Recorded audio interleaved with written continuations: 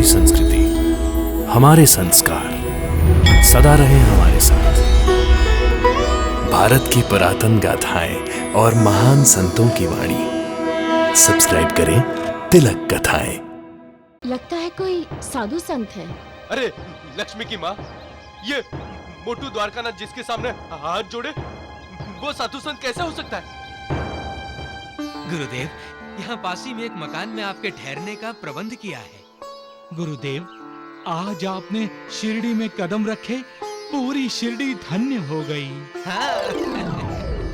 अरे वैद्य जी, शिरडी तो उसी दिन धन्य हो गई थी जिस दिन साईं बाबा ने शिरडी में कदम रखा था।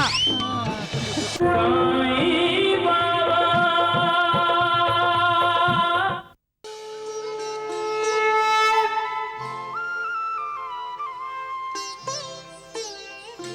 ओम जय साईनाथ, जय साईनाथ, आदि न अंत तुम्हारा, तुम्हें श्रद्धा नमन हमारा। ओम जय साईनाथ, जय साईनाथ, आदि न अंत तुम्हारा, तुम्हें श्रद्धा नमन हमारा। धरती पर रहकर प्रभु तुमने तन अंबर तक विस्तारा। ओम जय साईनाथ, जय साईनाथ, आदि न अंत तुम्हारा, तुम्हें श्रद्धा नमन हमारा।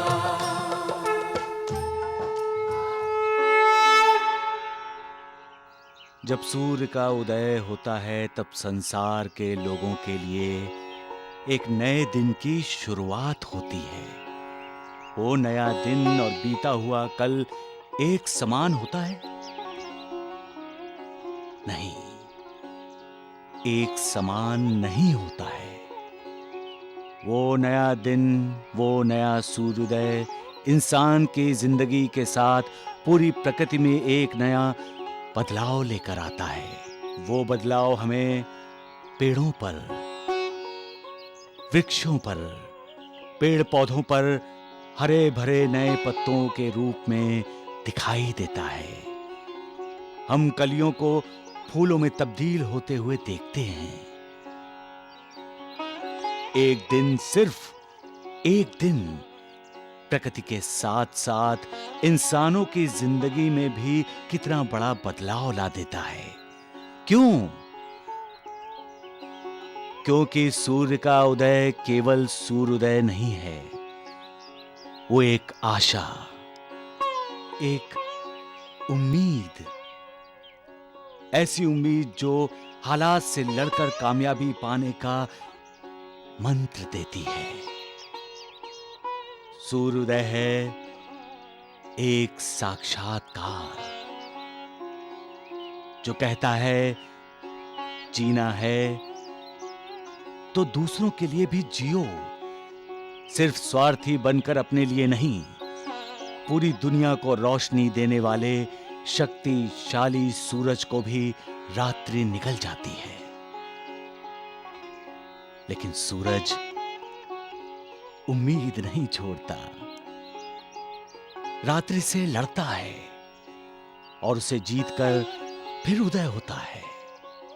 ये एक संदेश है जो उगता हुआ सूरज हर सुबह हम इंसानों को देता है कि जिंदगी से हारने वालों, उठो, आशा की उम्मीद की किरणों को जलाए रखो। जिंदगी की जंग में जीत तुम्हारी ही होगी। सबका मालिक एक। आज अचानक देवा ने सूर्य उदय पर प्रवचन दिया, क्या अर्थ होगा इसका? बिना किसी अर्थ के साईं बाबा का कोई प्रवचन नहीं होता। यही तो मेरी समझ में नहीं आ रहा सगुन, क्या कहना चाहते हैं देवा? शायद आज का सूर्योदय शिरडी में कुछ बदलाव लाने वाला होगा। साईं बाबा का संकेत भी शायद इसी ओर हो। अरे अरे, ये टांगे में कौन आया? हाँ, कौन है?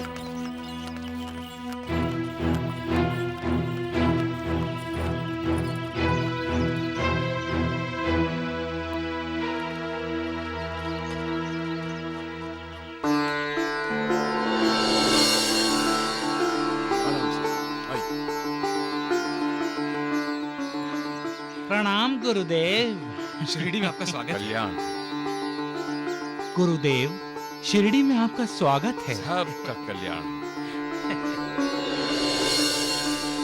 ये नया गुरुदेव कौन आया है? इन्हें तो हमने पहले कभी देखा ही नहीं शिरडी में। ललाट तो तेजस्वी है। लगता है कोई साधु संत है। अरे लक्ष्मी की माँ, ये मोटू द्वारकानाथ जिसके सामने हाथ जोड़े, वो साधु संत कैसे हो सकता है? गुरुदेव, यहाँ पास ही में एक मकान में आपके ठहरने का प्रबंध किया है। गुरुदेव, आज आपने शिरडी में कदम रखे, पूरी शिरडी धन्य हो गई। अरे वैग जी, शिरडी तो उसी दिन धन्य हो गई थी जिस दिन साईं बाबा ने शिरडी में कदम रखा था। नादान है गुरुदेव, नादान है। बच्चा है। बच्चा? मैं बच्चा हूँ? अरे समय पर मेरी शादी कर देते तो मैं 4-6 बच्चों का बाप बन जाता। अरे नालायक, चुप रहे। जब भी मुंह खोलता है उल्टा ही बोलता है। गुरुदेव, इसे क्षमा कीजिए, इसका बचपना अभी नहीं गया है। ये बच्चा नहीं है, ये मन का सच्चा है द्वारकानाथ जी। इसके दिल में कोई बुराई नहीं है। ऐसे ही लोगों से तो ये दुनिया कायम है। कायम है, कायम है। आइए आइए आइए। अरे राम राम राम। दिखता नहीं है? अरे दिख रहा है, चलते चलिए गुरुदेव।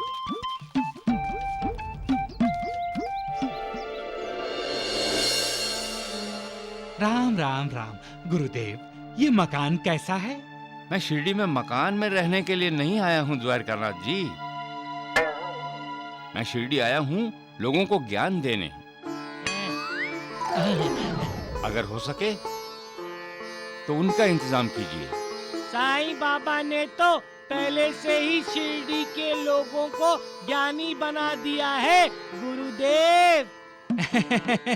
नालायक, अपने ज्ञान का प्रदर्शन मत कर, चुप रहे। मैं शिरडी के लोगों को ये बताने आया हूँ कि प्रेम करना है तो मालिक से करो। सुनो सुनो सुनो, गांव वालों सुनो। शिरडी में ज्ञान की वर्षा करने, आप सबका उद्धार करने, विद्वानों के विद्वान, ज्ञानियों के ज्ञानी, गुरुओं के महागुरु गुरुदेव जोहार आए हैं। आप सभी उनका प्रवचन सुनने जरूर आइए। आप सभी का कल्याण होगा। सुनो सुनो सुनो, आज गांव में जोहर बाबा आए हैं जिनका प्रवचन रखा गया है। अरे श्यामा, सगुण, नानावली। अरे वाह, नूरबाजी, लक्ष्मी की माँ। अरे देवा, शिरडी में कोई प्रवचन देने आया है। श्यामा, ये शिरडी एक पवित्र भूमि है, यहाँ तो लोग आते ही रहेंगे। बाबा, वो शिरडी का उद्धार करने की बात कर रहा है। नूरबाजी, कोई भी हो, अच्छी बातें तो कर रहा है ना? लेकिन बाबा, उसके साथ द्वारकानाथ और वैद्य कुलकर्णी जी हैं। इसीलिए हमें किसी साजिश की बू आ रही है बाबा। साजिश? साईं बाबा, अपने आप को ज्ञानी और विद्वान कहलाने वाला ये प्रवचनकारी अगर आपके खिलाफ बातें करेगा तो हम सब बर्दाश्त नहीं करेंगे। सक्कू भाई, किसी के लिए पहले से ही मन बना लेना अच्छी बात नहीं है। लेकिन बाबा, जो अपने आप को ज्ञानी और विद्वान कहलवाता है वो तो अहंकारी होता ही है ना? लक्ष्मी की माँ, उसका प्रवचन सुनने के बाद ही किसी नतीजे पर पहुंचो। अहंकारी होगा तो अहंकार उसका सामने आ ही जाएगा। अरे वाह देवा, आप तो उसका पक्ष लेके बात कर रहे हैं। श्यामा, इंसान का व्यवहार ही उसके स्वभाव का आईना होता है। उस प्रवचनकार के वचन और स्वभाव में कोई अंतर नहीं होगा तो निश्चित ही वो एक महान संत है। इसलिए श्यामा, किसी के बारे में गलत मत सोचो, गलत मत समझो और गलत कदम मत उठाओ। सबका मालिक एक।